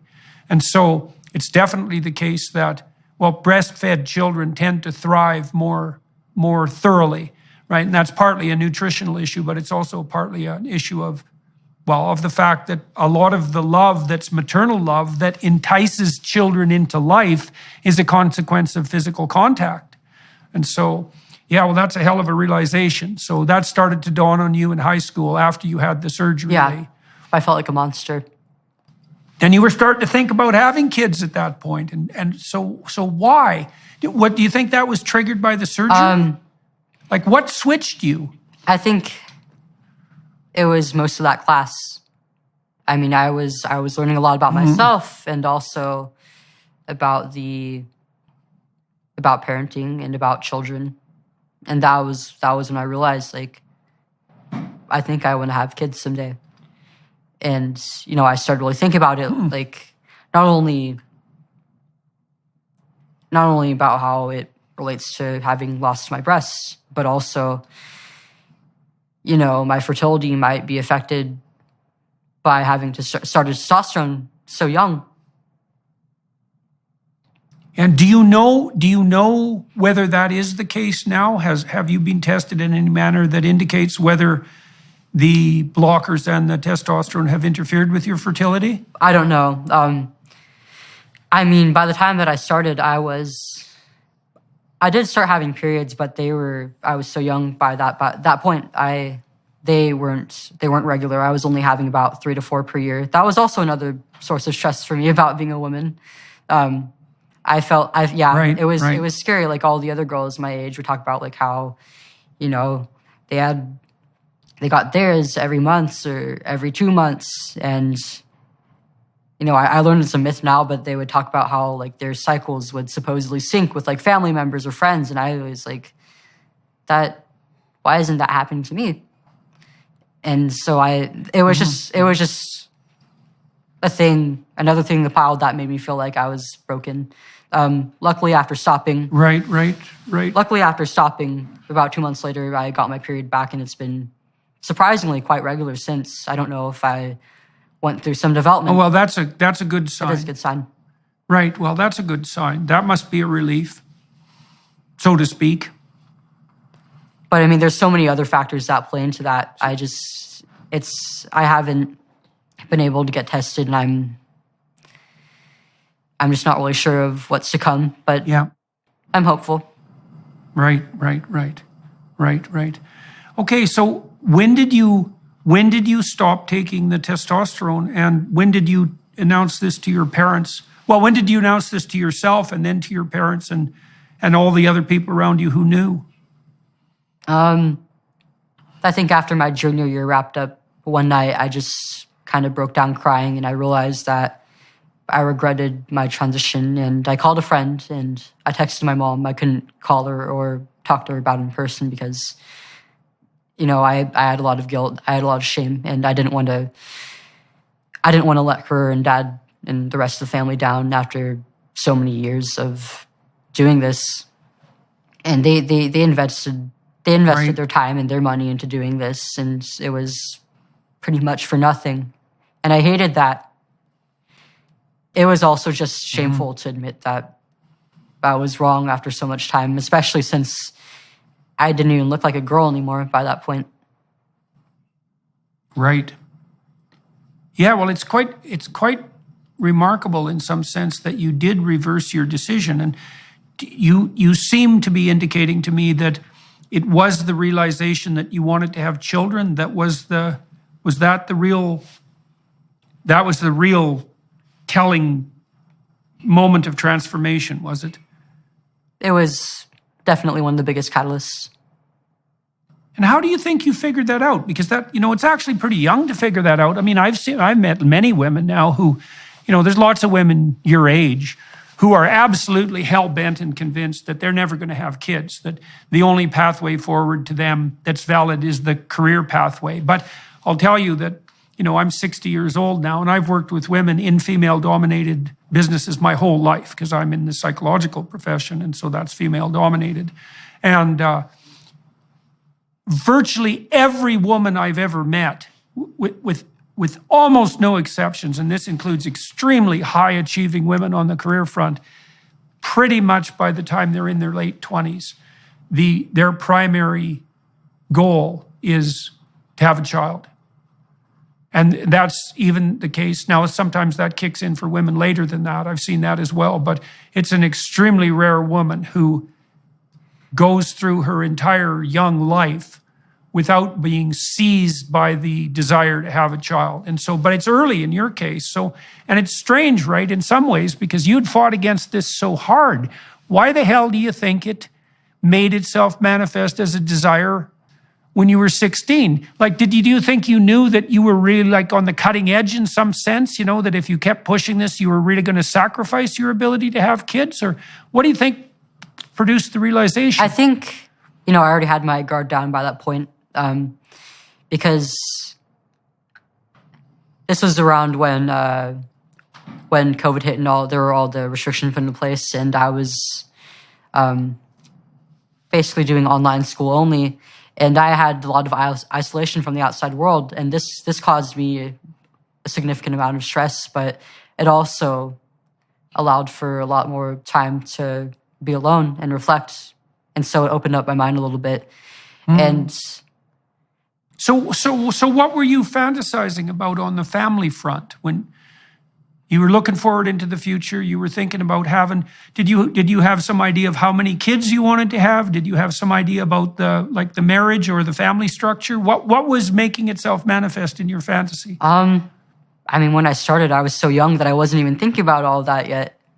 But as the years passed and I started to think about like my adulthood, what I wanted to do as an adult, that thought started to pop into my head a little bit more. I never really thought about it very much until I learned about child psychology and just being a parent. I think I would have naturally had that realization if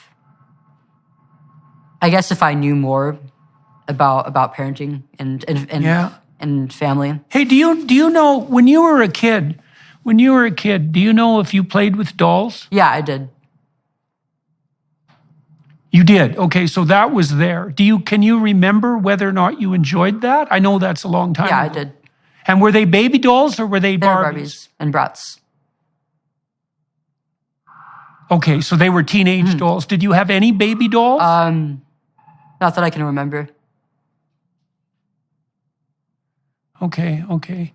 See, that's interesting. Even among chimpanzees, if you allow chimpanzee juveniles free choice, the males will pick trucks and wheeled things and gadgets, and the females will pick dolls.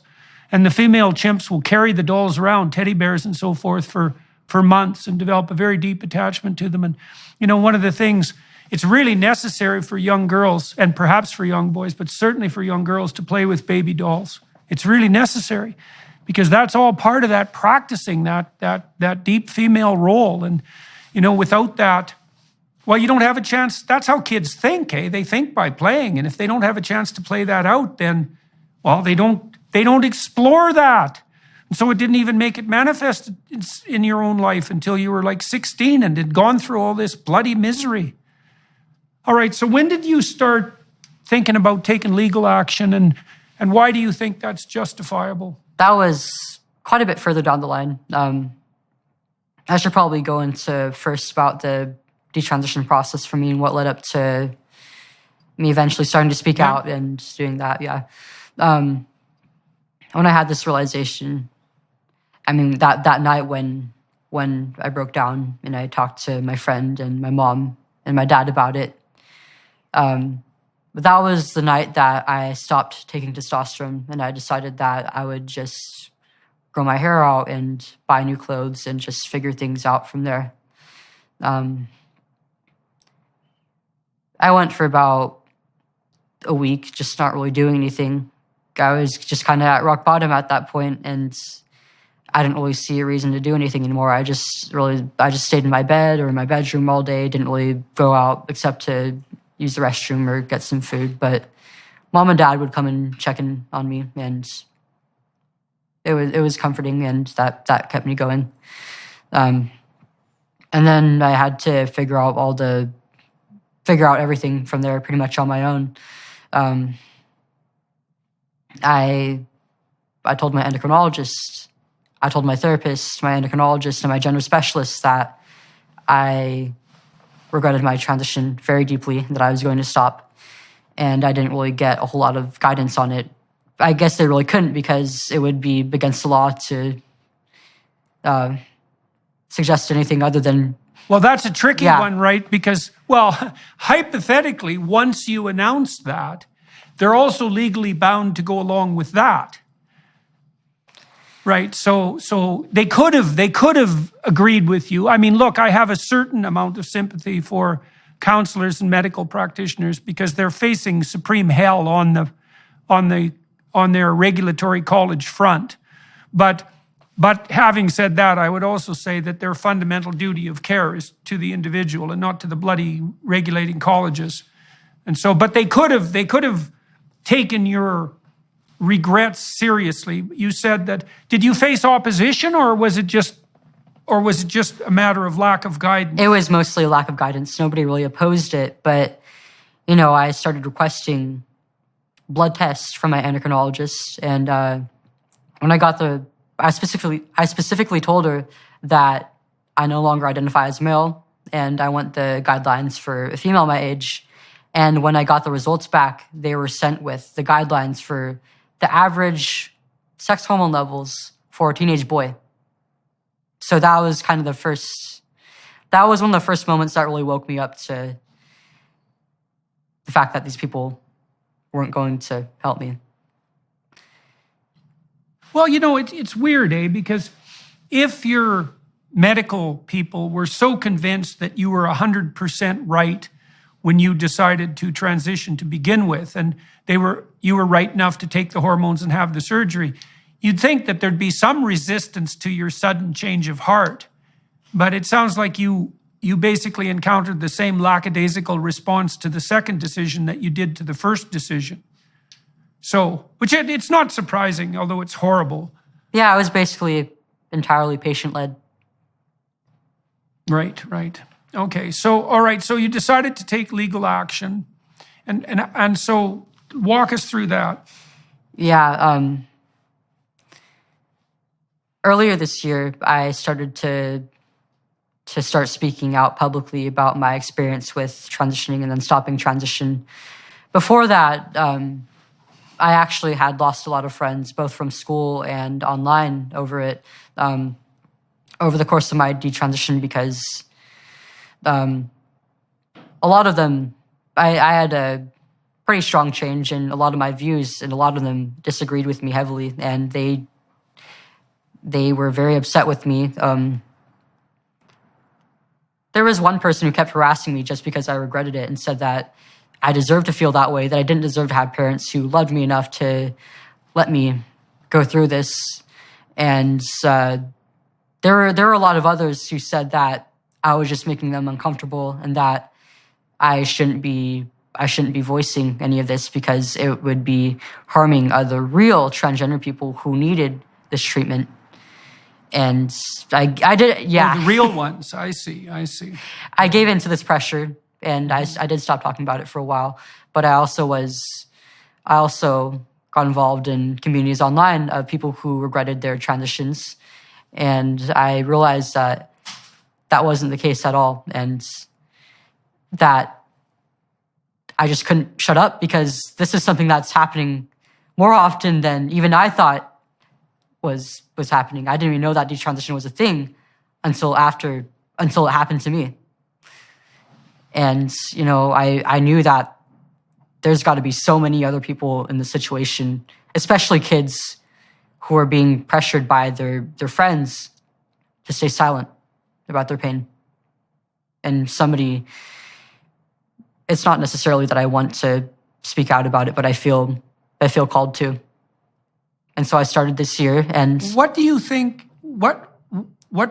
is the core of your claim that you fell prey to, say, medical and counseling malpractice? What do you think was done wrong with you? Quite a lot, actually. The most immediate thing I can think of would be the fact that the consent forms weren't really comprehensive. They were very vague. They didn't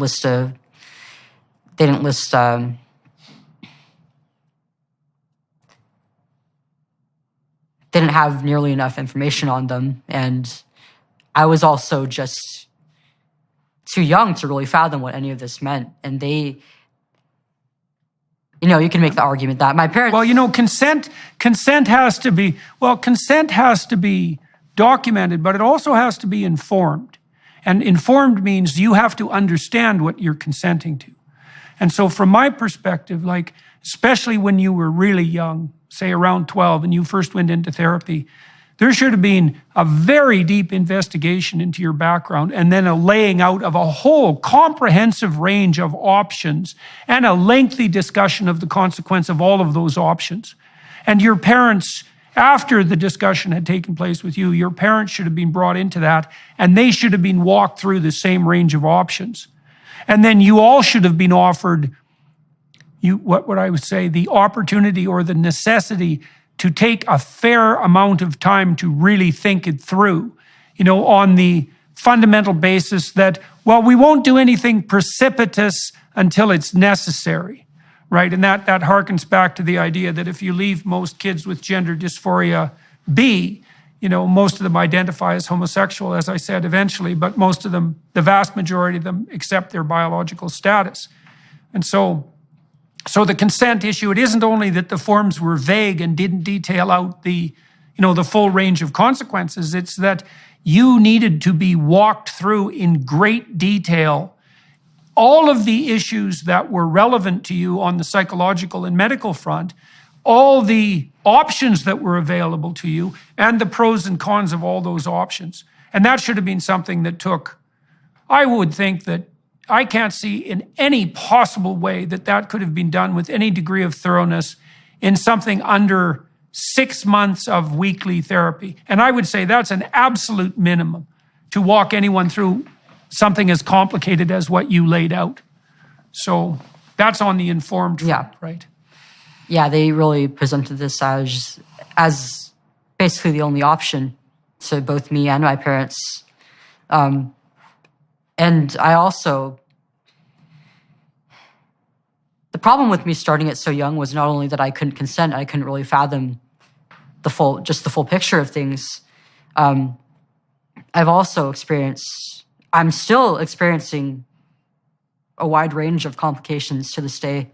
From the surgery, I'll never be able to breastfeed. I'll never have that erogenous sensation in my chest back. I'll never have my breast back. A reconstruction will do nothing for me, and it might make things worse actually, because I've had some complications pop up this year with the grafts. I have to cover them up with bandages, or else I don't know what's going on with them. I tried to consult my surgeon about it, and he didn't really investigate.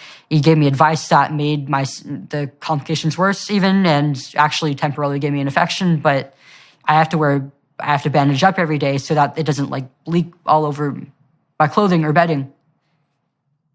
And Jesus, from the hormones and blockers, I've been experiencing some joint pains, mainly in my arms, my legs, and my back. And I still have issues with my urinary tract. I have to use the restroom pretty frequently, and I didn't even know that this was possible. This is a pretty huge quality of life issue that I'm experiencing, and I'm just not really getting any help for it. And on top of that, I do hate to speak about it, but I'm experiencing sexual dysfunction at the age of 18. That's something that women usually go through when they're in their 40s to 50s. Right.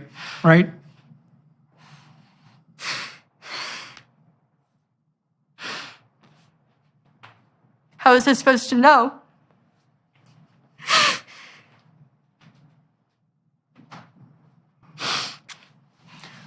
So let's talk for a moment about how you got your lawyers and where you are on the legal battlefront. So,